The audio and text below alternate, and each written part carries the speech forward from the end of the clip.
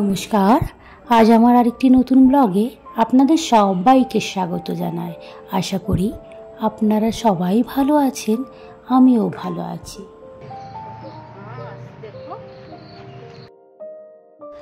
আজ অনেক দিন ধরেই ব্যাঙ্গালোরে বেশ মেঘলা মেঘলা ভাব হয়ে আছে। আজকে রোদ উঠেছে, তাই দেখে মনটা ভালো হয়ে গেল। ভাবলাম একবার ছাদে উঠে আর এই চারিদিকটা সাদা হয়ে আছে ঝলমলে সকালটা দেখি, আর চলুন আপনাদেরও দেখায়। তাই আমাদের ছাদে চলে এসেছি। আর এই যে দেখতে পাচ্ছেন চারিদিকটা কত পরিষ্কার লাগছে। কদিন ধরে মেঘলা থাকার কারণে এতটাই চারিদিকে অন্ধকার অন্ধকার হয়েছিল যে নিজের মনটাও জানেন একেবারে ভালো ছিল না। জানেন না, আমার এরকম মনে হয় যে কদিন অন্ধকার হয়ে থাকলে মনে কত দুঃখ মনের মধ্যে চলে এসছে। আর রোদটা ফিরে পেলেই যেমন জগৎটাও একটু আলো পায়, সেরকম নিজের মনের মধ্যেও একটা আলো আসে, একটা আশার কিরণ আসে। জানেন তো, সংগ্রাম তো এখানে অনেক দিন ধরেই আছে। ও বলে ব্যাঙ্গালোরের অ্যাকচুয়াল ওয়েদার এরকমই, মেঘলা মেঘলা থাকে, মাঝে মাঝে রৌদ্র ওঠে, কিন্তু বেশিরভাগ সময়ই মেঘলা হয়ে থাকে। যাই হোক, এরকম ওয়েদার থাকার কারণে আমাদের দুজনেরই শরীরটা বেশ ম্যাজম্যাজ করছিল।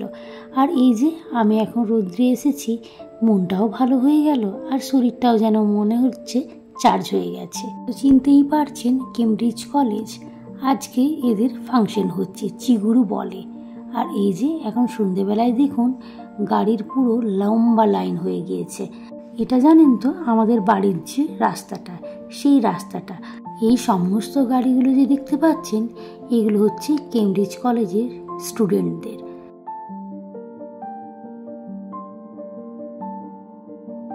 একটু আমরা বেরিয়ে পড়েছি, টুকিটাকি কিছু কেনার ছিল। আর এই যে দেখতে পাচ্ছেন রাস্তা জুড়ে কেমন গাড়ি দাঁড়িয়ে আছে, এটা আমাদের বললাম না বাড়ির সামনের রাস্তাটা, আর আমাদের তো সামনেই কলেজ। আর এই যে দেখুন সমস্ত বাচ্চাদের কিরম ভিড়।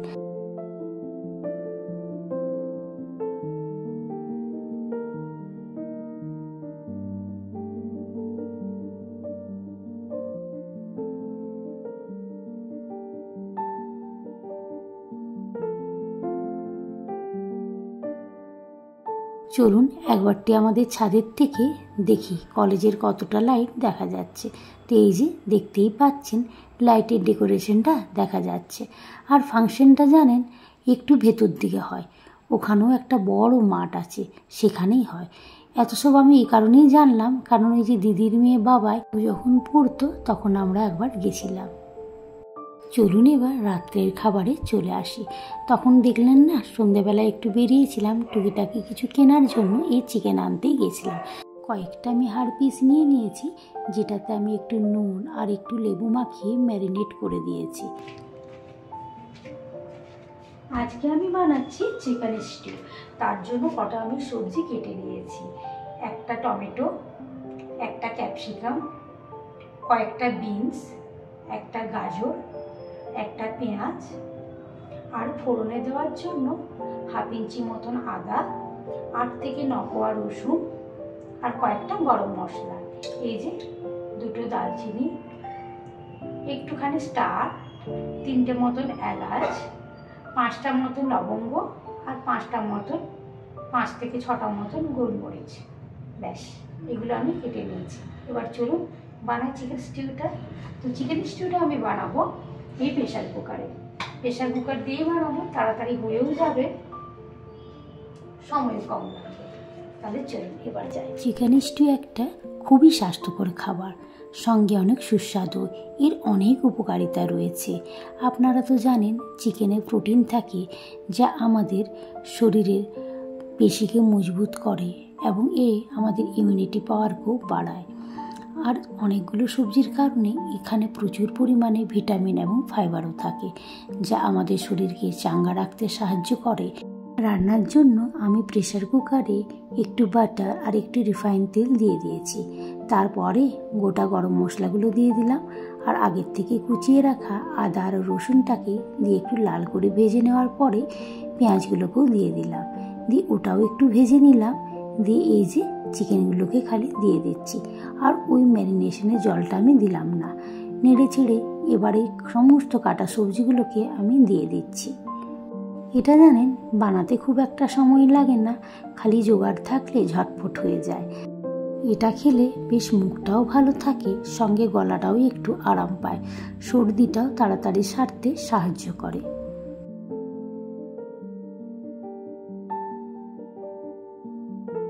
ব্যাস, এবার এর মধ্যে পরিমাণ মতন একটু নুন দিয়ে দিলাম আর একটু নেড়ে চেড়ে পরিমাণ মতন জল দিয়ে এটাকে আমি সেদ্ধ বসিয়ে দেব।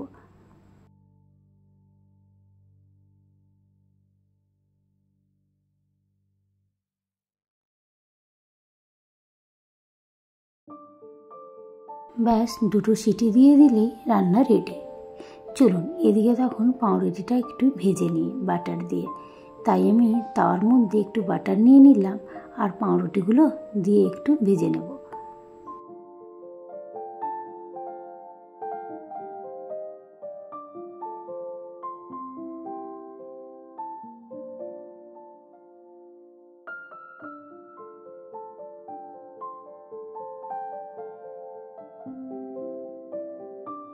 পাউরুটিগুলো আমার ভাজা হয়ে গিয়েছে।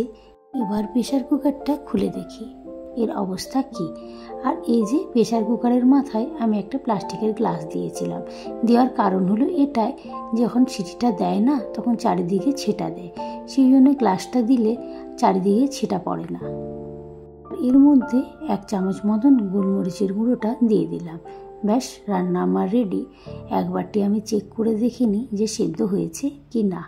এই যে নিয়ে নিলাম, দেখুন বেশ সেদ্ধ হয়েছে সুন্দরভাবে, গাজরটা কেটে গেল। এবার পরিবেশনও করে নিয়েছি। এবার দেখি সংগ্রামের ফিডব্যাকটা। চিকেন স্টিউটা একটু খেয়ে দেখো তো।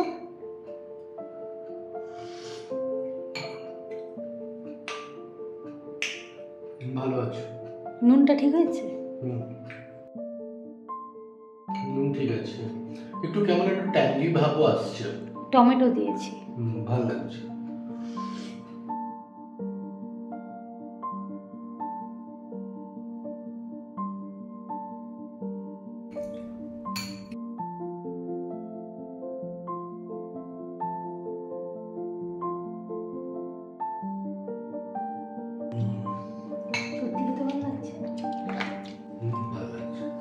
পরের দিন সকালবেলা শনিবার, ওই সকাল 6:30 মতন বাজে। আমরা দুজনে ভাবলাম একটু যাই লেকের সাইডে হেঁটে আসি। তাই এই যে রেডি হয়ে গিয়েছি, এবার দুজনেই মিলে যাচ্ছি আর কি। এখানে তো জানেন যে হাঁটার সেরকম পার্ক নেই, ওই লেকের সাইডে হাঁটার ব্যবস্থা থাকে। আগের একটা ভিডিওতে আমি দেখিয়েছিলাম। আমরা পৌঁছে গিয়েছি লেকে, এটা হচ্ছে শিগারলি লেক। শীত এসছে, তাই প্রকৃতি নির্বাক নিশ্চুপ, চারিদিকে যেন ঘন কুয়াশায় প্রকৃতির রূপ যেন অপরূপ। এই সুন্দর একটা সকালে সবাই যেন বেরিয়ে পড়েছে নিজের আপন আপন শরীরচর্চার একটুখানি সময় নিয়ে।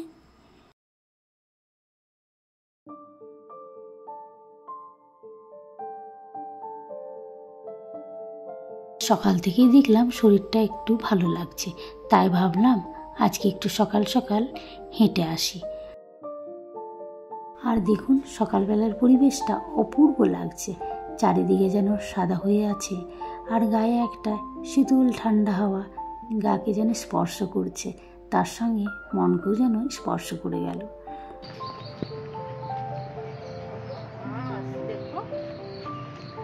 এই যে আমি দেখাচ্ছি যে এর মধ্যে কত হাঁস জলের মধ্যে চড়ছে। দূর থেকে আপনারা দেখতে পাচ্ছেন কিনা বুঝতে পারছি না, ওই যে ছোট্ট ছোট্ট কালো কালো মতন দেখতে পাচ্ছেন, এগুলো জানেন যারা এখানের কেয়ারটেকার তাদেরই এই হাঁসগুলো। আর দেখুন এই সবুজে ঘেরা রাস্তাটা কি অপূর্ব লাগছে, তাই না? শীতের সময় জানেন তো সকালবেলায় উঠতে অসুবিধা হয়, কিন্তু একবার উঠে গেলে আর এরকম যদি হাঁটতে বেরোনো হয় বেশ ভালো লাগে, সঙ্গে মনটাও যেন ভালো হয়ে যায়।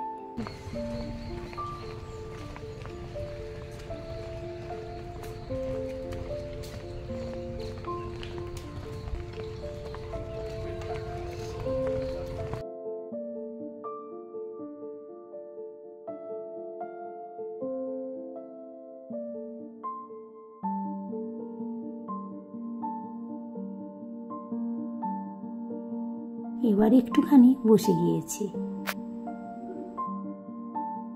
ভিডিওটা তাহলে আজকে এখানেই শেষ করছি। আর ভিডিওটা কেমন লাগলো অবশ্যই কমেন্টের মাধ্যমে জানাবেন। ভালো লাগলে লাইক করে দেবেন। আর যারা এখনও সাবস্ক্রাইব করেননি তারা সাবস্ক্রাইব করে আমার পাশে থাকবেন। আপনারা সবাই ভালো থাকবেন। আবার একটি নতুন ব্লগে দেখা হবে। নমস্কার।